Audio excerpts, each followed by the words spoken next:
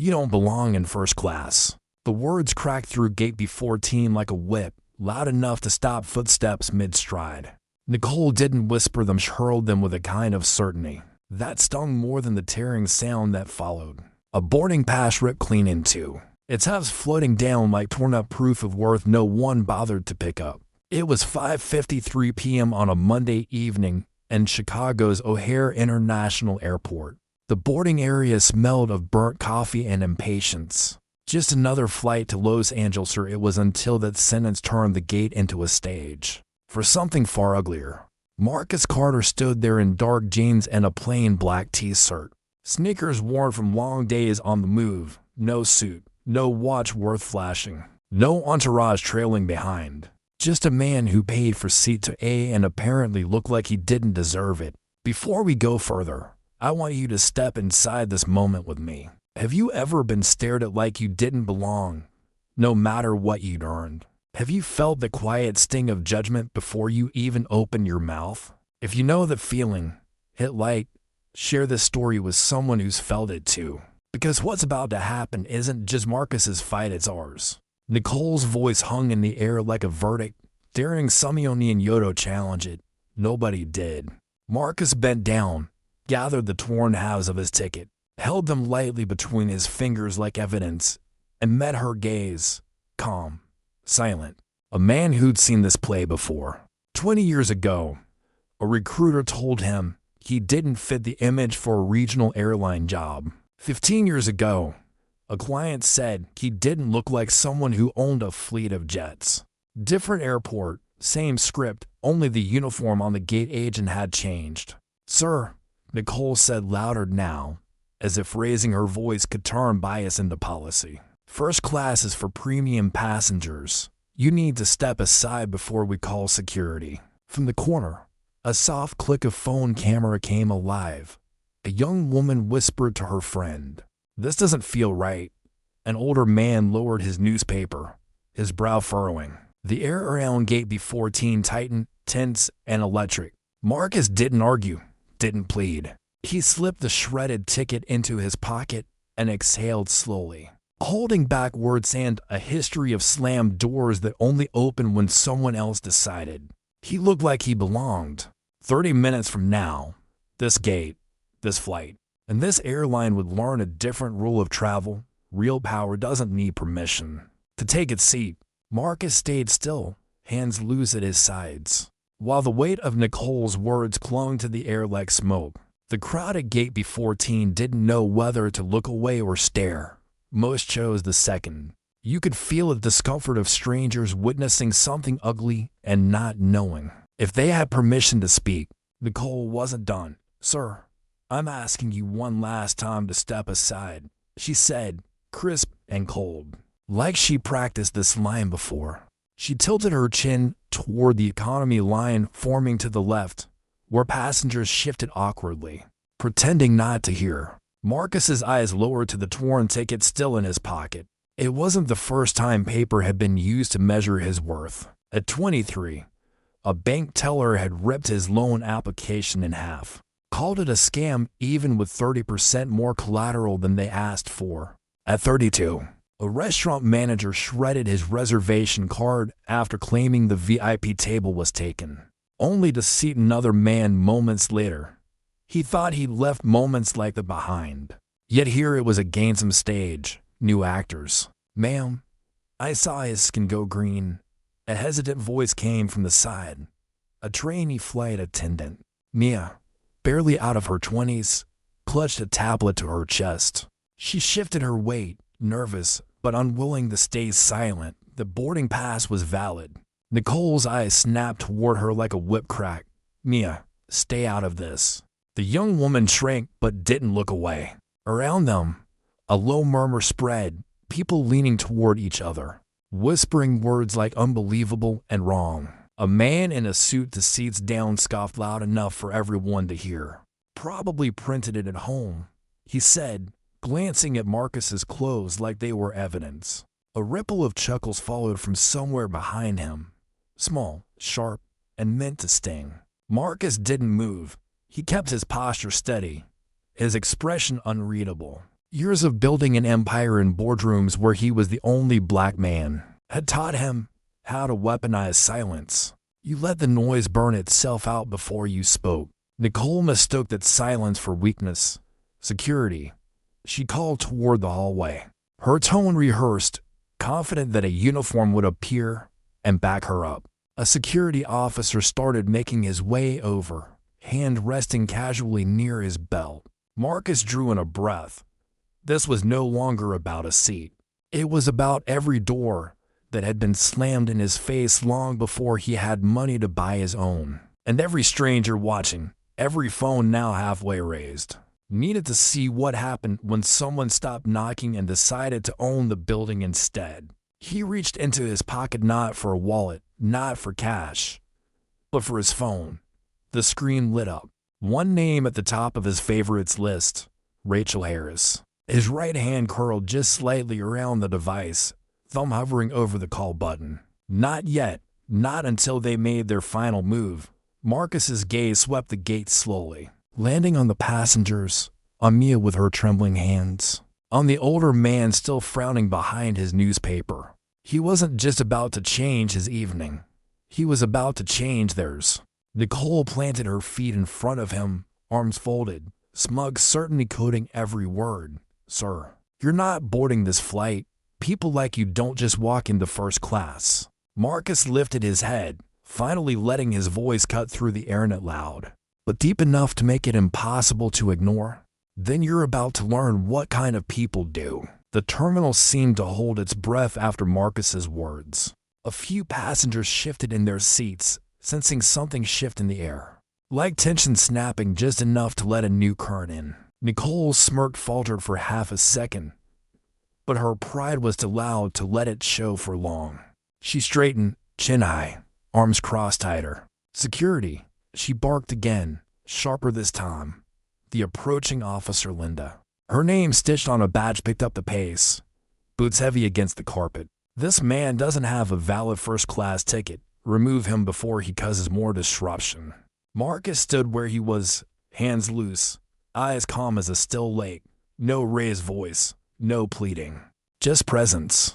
You could feel it radiating, subtle but undeniable, like a storm building far out at sea. Mia's voice, barely above a whisper, cracked through the charged silence. It scanned green. She repeated, a little louder this time. Her fingers trembled around her tablet, but she didn't back down. I saw it. Nicole turned on her, venom in her tone. Trainees don't give orders. You're here to watch, not interfere. The young attendant's lips pressed into a thin line, but her eyes didn't drop. A couple of passengers shifted closer, phones angled discreetly, recording now. It wasn't just about a seat anymore. Everyone could feel it. Linda stopped a few feet from Marcus, her stance authoritative, but unsure. Sir, she said, hand hovering near his elbow like she expected resistance. I need you to step out of this line. Marcus tilted his head slightly, voice low, deliberate, every syllable landing like weight on the floor. You're asking me to leave a seat I paid for. You're asking me to prove I belong when the system already did that. He glanced briefly at Mia. And you're asking me to let this slide so it can happen again to someone else. Who doesn't have the power to fight back? The words didn't rise. They didn't need to. They settled heavy in the air, dragging eyes and conscience toward him. Nicole rolled her eyes, trying to laugh it off for the gathering crowd. Sir, you're making this bigger than it is. Let's not turn this into a scene. Marcus's gaze sharpened, steady as steel. You made it a scene when you tore up my ticket. For a moment, no one spoke. The only sound was the boarding announcement echoing faintly over the PA. A surreal reminder that this was supposed to be just another evening flight. Then, slowly, Marcus pulled his phone from his pocket. The screen glowed against his palm. He tapped one name. The call connected instantly. Rachel. His voice was calm, controlled, but every listener could feel the edge underneath, like a blade sheathed just long enough. On the other end, her tone was crisp. Ready? I'm here, sir. They've denied me boarding, Marcus said, his eyes never leaving Nicole's. Tore up my ticket. Call security. I think it's time we start Protocol 6. A murmur rippled through the gate, phones tilted higher. Nicole blinked, uncertain for the first time.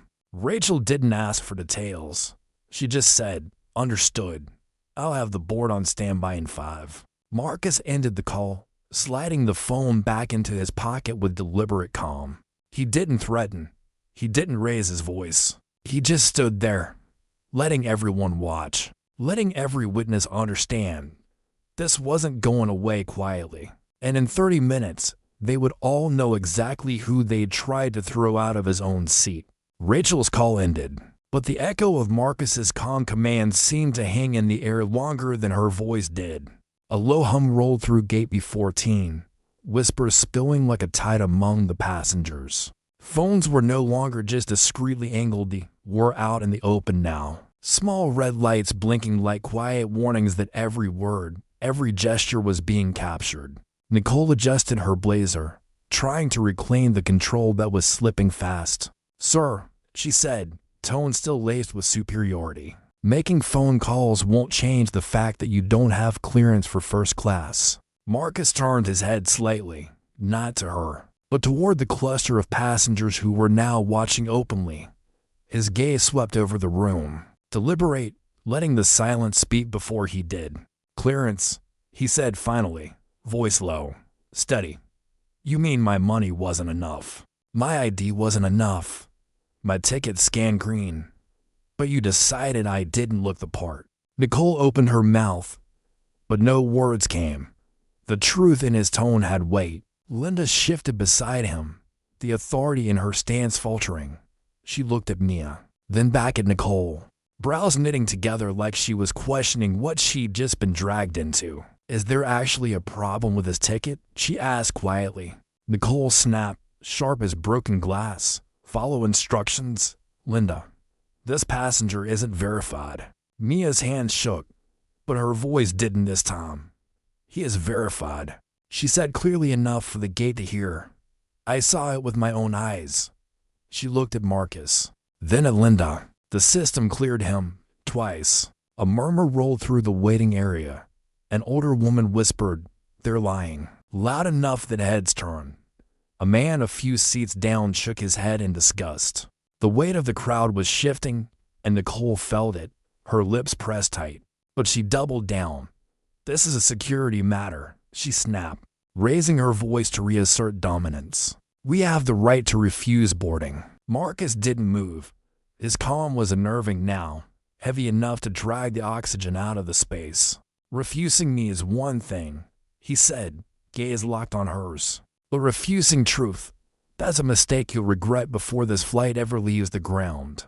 The PA system dinged. Boarding group to called. No one moved. They were to caught in the unfolding trial by gate. Linda stepped forward half a pace, her voice uncertain. "Nicole, maybe we should double-check the log, just to be sure." Nicole spun on her. "Do your job or I'll find someone else who can." Marcus's phone buzzed once in his pocket. He let it vibrate, slow and deliberate. Before pulling it out, one glance at the screen and he answered, putting it on speaker. Rachel's voice cut through the tension like the first note of a verdict. "Marcus," she said, crisp, controlled, "the board is online. They're listening." Gasps rippled. Nicole froze. Linda took a half step back, confusion in her eyes. Mia pressed her lips together, a small flicker of hope breaking through fear. Marcus slid his free hand into his pocket, posture relaxed, as if the entire terminal now revolved on his time. "Good," he said quietly, his gaze never leaving Nicole's. "Then they'll hear exactly how you tore up a paying customer's ticket, and why this airline's about to learn who really decides who belongs in first class." Rachel's voice on speaker changed the air in gate B14. What had been a simmering unease turned into charged silence, the kind that feels like the moment before a gavel drops in a courtroom. Every passenger within earshot was watching now, phones lifted, breaths held. The only one still pretending nothing had shifted was Nicole. But even her bravado looked thinner under the weight of all those eyes. "Sir," Linda said cautiously, voice softer than before, "maybe we should move this conversation somewhere private." Marcus didn't turn to her. His gaze stayed fixed on Nicole, unwavering, calm in a way that made the gate agent flinch despite herself. "We've had enough privacy," he said quietly, every word deliberate. "That's how this kind of thing survives behind closed doors, buried in polite excuses. Today, we're going to do this in the open." Rachel's voice came steady over the phone, a thread of steel wrapped in professionalism. "Mr. Carter, I briefed the board. They're monitoring live. I've also pulled your booking confirmation and transaction record for Seat 2A. Everything is timestamped. Would you like me to proceed with escalation protocol?" Nicole blinked at the words the board, her face paling a fraction. "Escalation? Are you threatening me?" she snapped, but there was no bite behind it anymore.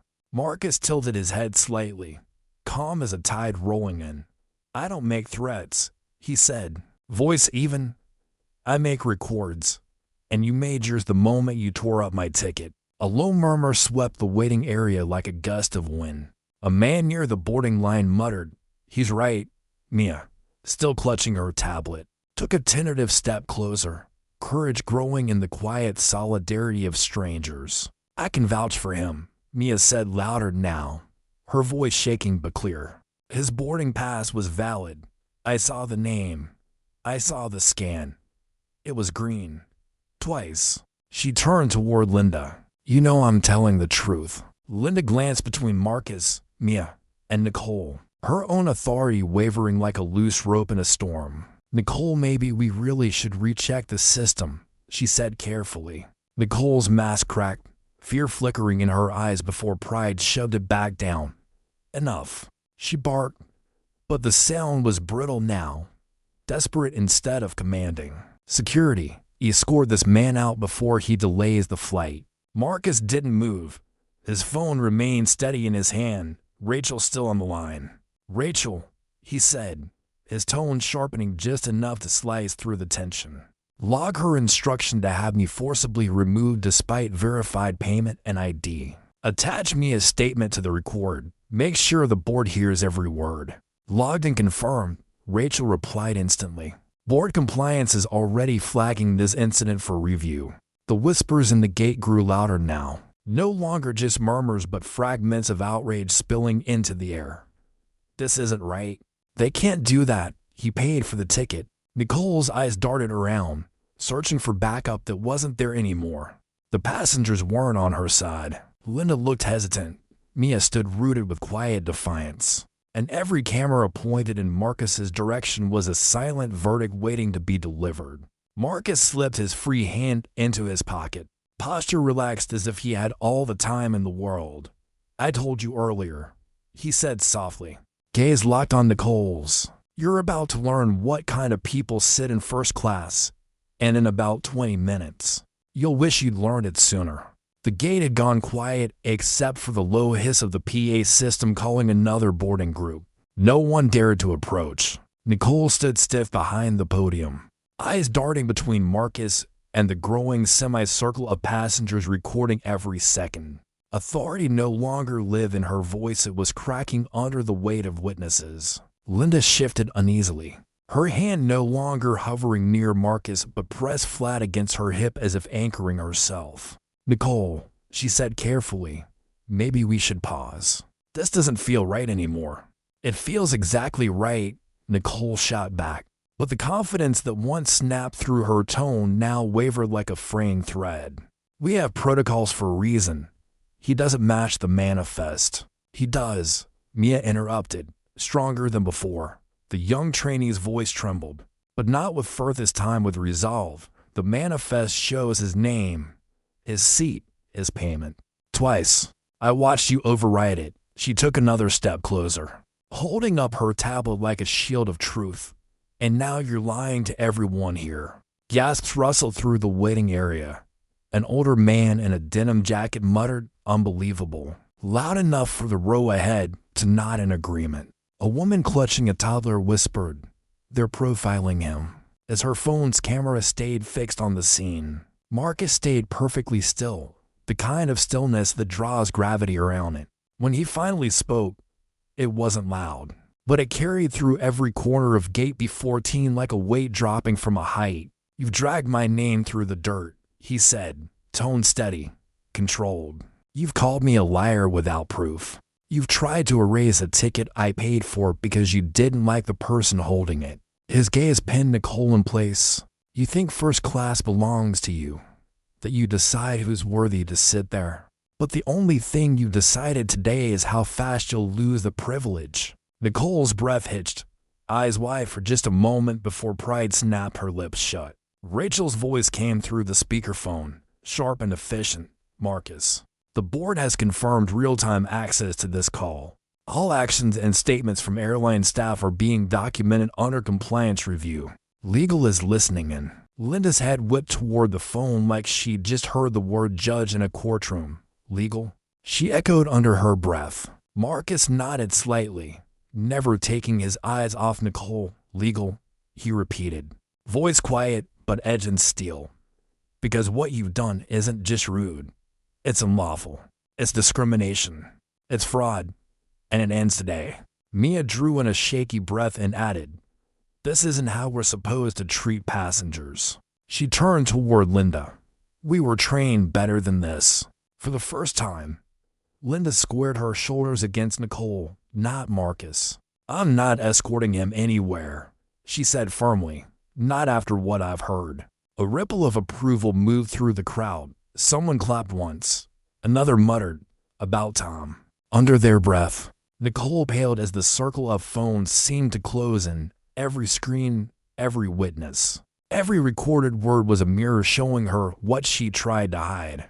And Marcus stood at the center of it all, unshaken, calm as a man who already knew how the story ended and that the countdown to it had just begun. Nicole's face tightened as the weight of 100 eyes bore down on her. The quiet hum of the terminal was gone now, replaced by the low murmur of passengers pressing closer, cameras raised, truth recorded from every angle. She opened her mouth like she might still control the room, but no sound came. Pride had no footing left to stand on. Then, desperation sharpened her tone. "Linda, do your job," she barked, trying to claw back authority. "Escort this man out now, or I'll see to it you're written up for insubordination."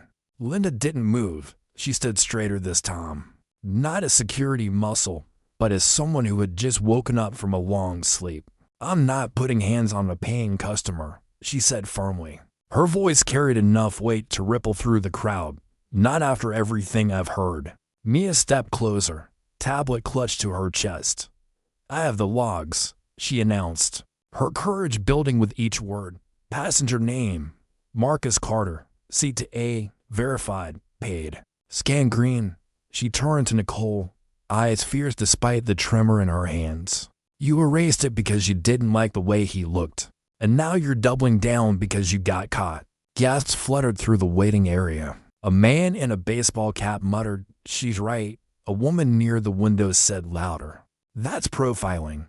The tide had shifted fully now, from uncertainty to outrage, and Nicole's grip on the scene was slipping faster than she could catch it. Rachel's voice came steady and sharp over the speakerphone in Marcus's hand. "Compliance team is standing by," she said. "Every word is logged, every witness recorded. Mr.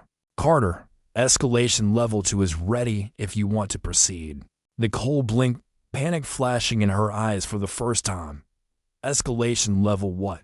she demanded, but her voice cracked, brittle under the weight of the crowd's silence. Marcus finally moved, just one step forward, closing the space between them enough for his words to feel heavier, closer, undeniable. "You think this is just another day at work," he said quietly, his voice low but carrying across the gate. "Another passenger you can humiliate, another ticket you can tear, another life you can shrink down to fit your comfort zone."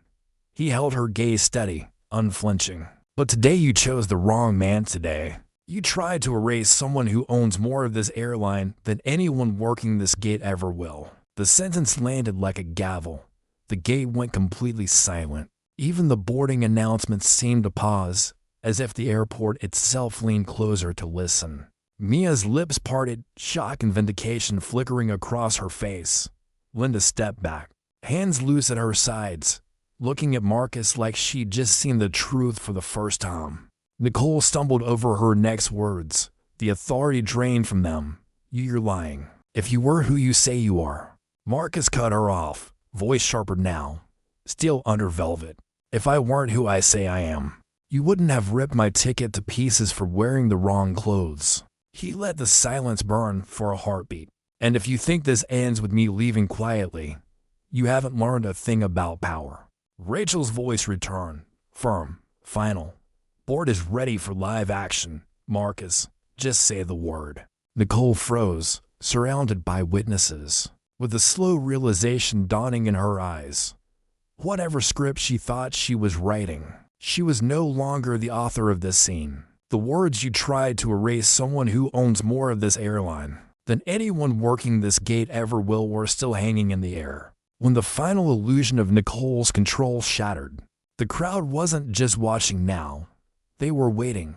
Every camera lens pointed like a spotlight. Every pair of eyes demanding an answer she couldn't give. Nicole swallowed hard, her hands gripping the podium until her knuckles blanched. This is a stunt, she muttered, glancing around as if searching for backup that no longer existed. You can't just walk in here and... I didn't walk in, Marcus interrupted, his tone low but commanding enough to cut her words clean in half. I bought my way in, like every other passenger who believed a first-class ticket came with respect. He took one slow step closer, his presence filling the gate area more than volume ever could. But you thought you could decide who counted as real first class. You thought your word was stronger than truth. Mia's voice carried from behind him, soft but sure. We all saw it, she said, glancing at the passengers gathered like a jury around the scene. We saw his ticket. We saw it scan. The only fraud here, she turned to Nicole, is what you did. A ripple of agreement rolled through the crowd. A man in a business suit spoke louder this time. She tore it up for nothing, he said, shaking his head. I've flown this airline 20 years. Never seen anything like it. Another passenger chimed in. I've seen it. Just not caught on camera before. Rachel's voice crackled over speakerphone. Calm. Surgical. Marcus. Compliance board has joined the call. Legal counsel is listening. They've requested full identification of staff involved for immediate review. Nicole's face drained of color. This is ridiculous, she hissed. But even her own voice sounded unconvinced. Marcus didn't blink. What's ridiculous, he said, is believing you can tear up dignity like paper and expect it to stay on the floor. He reached into his pocket, pulled out the shredded boarding pass, held it high enough for every phone to see. This isn't just a ticket. It's proof of what you think you're allowed to do. He let the halves fall slowly back to the ground. And it's proof of why that ends today. Linda finally stepped forward, no longer hovering uncertainly, but planting herself squarely between Marcus. Initially not to remove him, but to stop another word of damage. Nicole, she said firmly, this isn't defensible anymore. We're done here. Nicole's lips parted, a protest forming, but she caught the look in Linda's eyes and faltered. The authority she had clung to like armor had slipped away piece by piece until nothing was left but the weight of consequence. Rachel's voice was a steady verdict over the line. Board has authorized escalation to level 3. Marcus, you have full discretion to proceed. For a long beat, Marcus stood still, scanning the circle of witness trainee who spoke up. The passengers who refused to look away. The quiet man who finally set his newspaper aside. Then his gaze returned to Nicole, calm and final. 30 minutes ago, you decided I didn't belong in a seat I paid for, he said. Now, you're about to watch what real ownership looks like. The hush that followed wasn't just anticipation. It was the first tremor of justice about to land. The tension inside Gate B14 had changed flavor. It wasn't uncertainty anymore. It was inevitability. Like a storm rolling in that no one could stop. Nicole stood rooted behind the podium, pale, her lips pressed thin, as if holding back words she now knew would only make it worse. Marcus turned slightly, angling his phone so Rachel's voice carried clearly through the circle of witnesses. "Patch and James," he said. His tone wasn't raised, but it was the kind of quiet that made people lean closer. "Let's make this official." There was a faint click on the line. Then a new voice joined, calm and authoritative. "This is James Thompson, Horizon Airlines Board of Directors," the man announced. "We're aware of the incident occurring at Gate B14. We have video and audio evidence streaming in real time." His voice sharpened, each word a verdict. "Mr. Carter has full shareholder authority to act on behalf of the board until this matter is resolved." Gasps rippled through the passengers. A woman clutched her chest and whispered, "Shareholder." Another man muttered, "Waith owns the airline." Nicole's face crumbled, shock spilling over pride. This can't be real," she stammered, eyes darting to Linda for backup that wasn't coming. Marcus didn't take his gaze off her.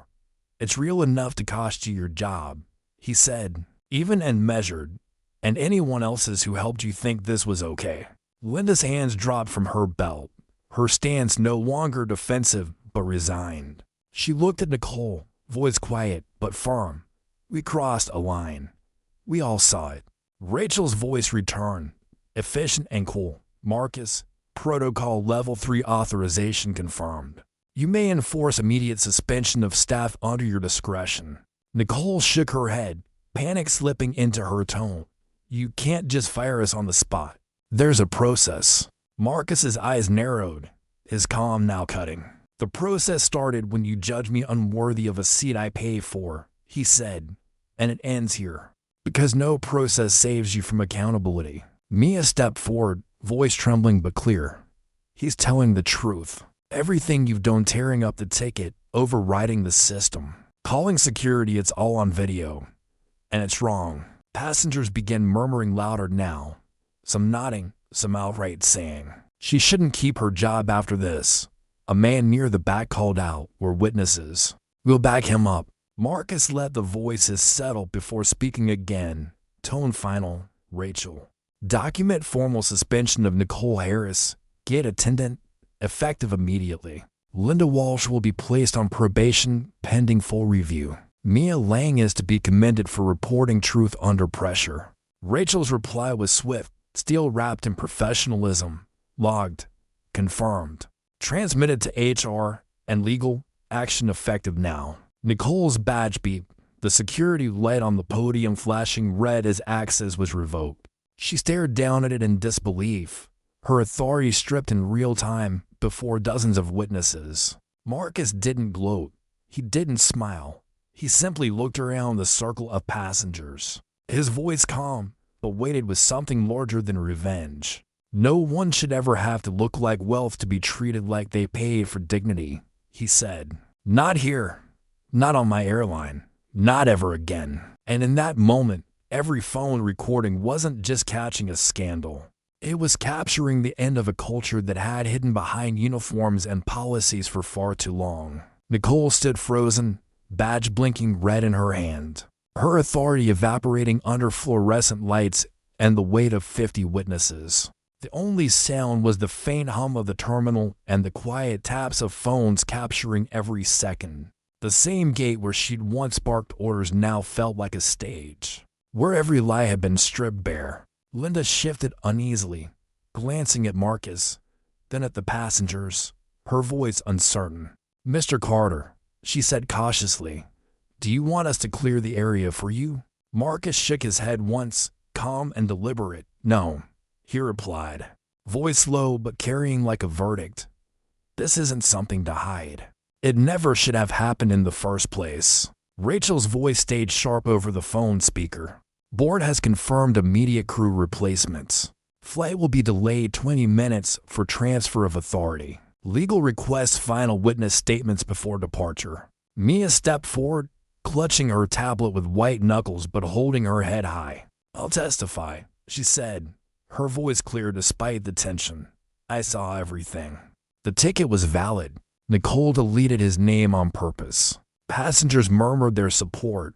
A man in a leather jacket raised his phone higher. "We all saw it," he called out. "We'll make sure this story gets told." Nicole's breathing was shallow now, panic creeping past the last of her composure. "Please," she muttered, more to herself than anyone else. "I didn't know who you were." Marcus finally looked at her fully, gaze steady, neither cruel nor forgiving, just absolute. "That's exactly the problem," he said. "You thought respect depended on knowing my name. You thought you could measure worth in fabric and sneakers." He paused, letting the truth land. "But dignity isn't optional. Not on my watch. Not in my company." Rachel's voice cut through, crisp and final. "Suspensions are active in the system.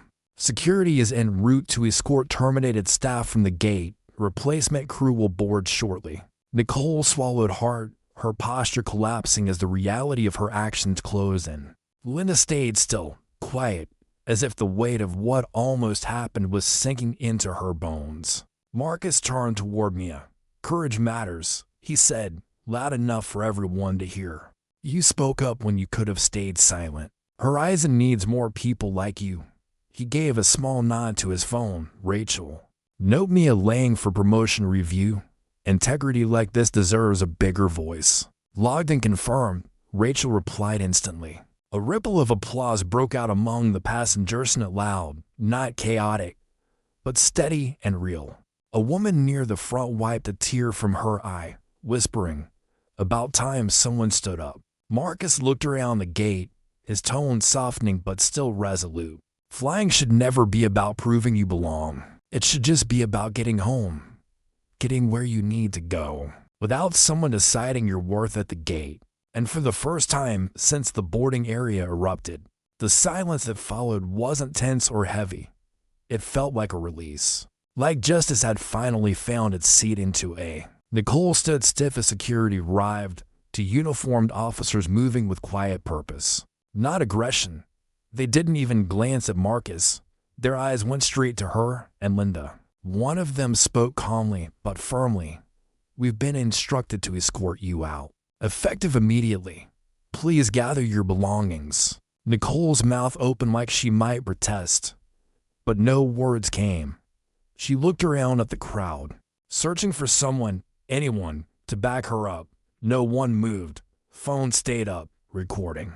Every witness was locked on her, not with pity, but with the same quiet judgment she had unleashed 30 minutes ago. Linda exhaled sharply, lowering her gaze. "I'll go," she said, her voice low, heavy with shame. "I should have stepped in sooner." She glanced once at Marcus, meeting his eyes. "I know I don't deserve it, but thank you for not letting this slide." Marcus gave a slight nod but said nothing yet. He just watched as the two women gathered their things under the weight of silence. Not the kind Marcus had endured earlier, sharp and humiliating, but the kind that follows truth landing too heavy to ignore. Rachel's voice filled the space again, steady as ever. "Replacement crew is on site, Marcus.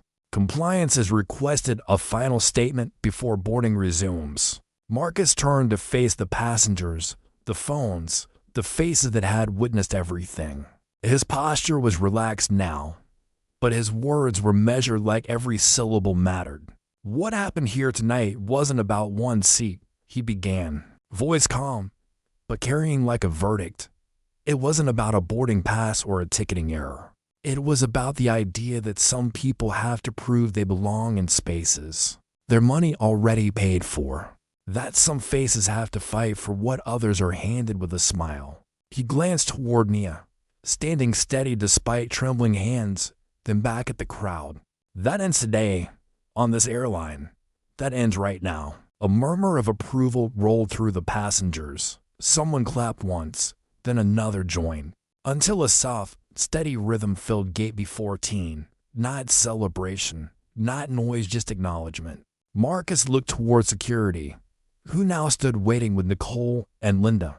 "Escort them safely," he said simply, "and make sure they understand this isn't personal revenge, it's accountability." Nicole lowered her eyes, no fight left in her. Linda gave a tiny nod of understanding before both were led away, disappearing through the sliding glass doors at the end of the gate. The hush they left behind felt like a clean slate. Rachel's tone softened over the phone, still professional but carrying quiet pride. "Marcus, HR and legal are processing everything. News outlets are already reaching out. Would you like to make a public statement? Marcus's gaze swept the gate one last time, over every witness who'd raised their phone, every stranger who had stood still and refused to look away. He slipped the phone into his pocket and spoke loud enough for everyone to hear. No statement, he said. The truth already walked out of here for the world to see. And with that, he turned toward the jet bridge, the path to his rightful seat finally clear. The jet bridge felt different now. It wasn't just a tunnel to a planet, it was a passage back to what should have been his from the start. Marcus walked calmly, every step deliberate, the hum of the terminal fading behind him. Passengers followed in silence, some still recording, others simply carrying the weight of what they'd witnessed. Inside the cabin, a new crew was already in place, professional and composed, greeting passengers with the warmth that had been missing an hour ago. The air, once tense and hostile, now felt clean, as if the plane itself had been purged of something rotten. Marcus paused at row 2, eyes landing on seat 2A. The shredded boarding pass he'd once held flashed in his mental reminder of how quickly dignity could be torn in half. But this time, no one stood in his way. A flight attendant with kind eyes and a steady voice stepped forward. "Mr. Carter," she said softly, "on behalf of Horizon Airlines, I'd like to personally apologize for what happened. Your seat is ready." Marcus gave a small nod, his expression calm but unreadable. He sat down slowly, not because he doubted his right to be there, but because he understood the weight of what that seat now represented for everyone watching. Rachel's voice came through his AirPods, quieter now, less like a command center, more like an old friend checking in. "Everything's been handled, Marcus. Legal has full recordings. The board wants to issue a statement tonight, but they're following your lead." Marcus leaned back, eyes drifting to the window where the sun dipped low over the tarmac, turning the sky gold. "No pee or spin," he said firmly. "We don't need headlines. We need change. Real change." "I'll make sure that's what they hear," Rachel replied. From a few rows back, Mia approached timidly, badge clipped awkwardly to her uniform. Courage outweighing fear for the first time tonight.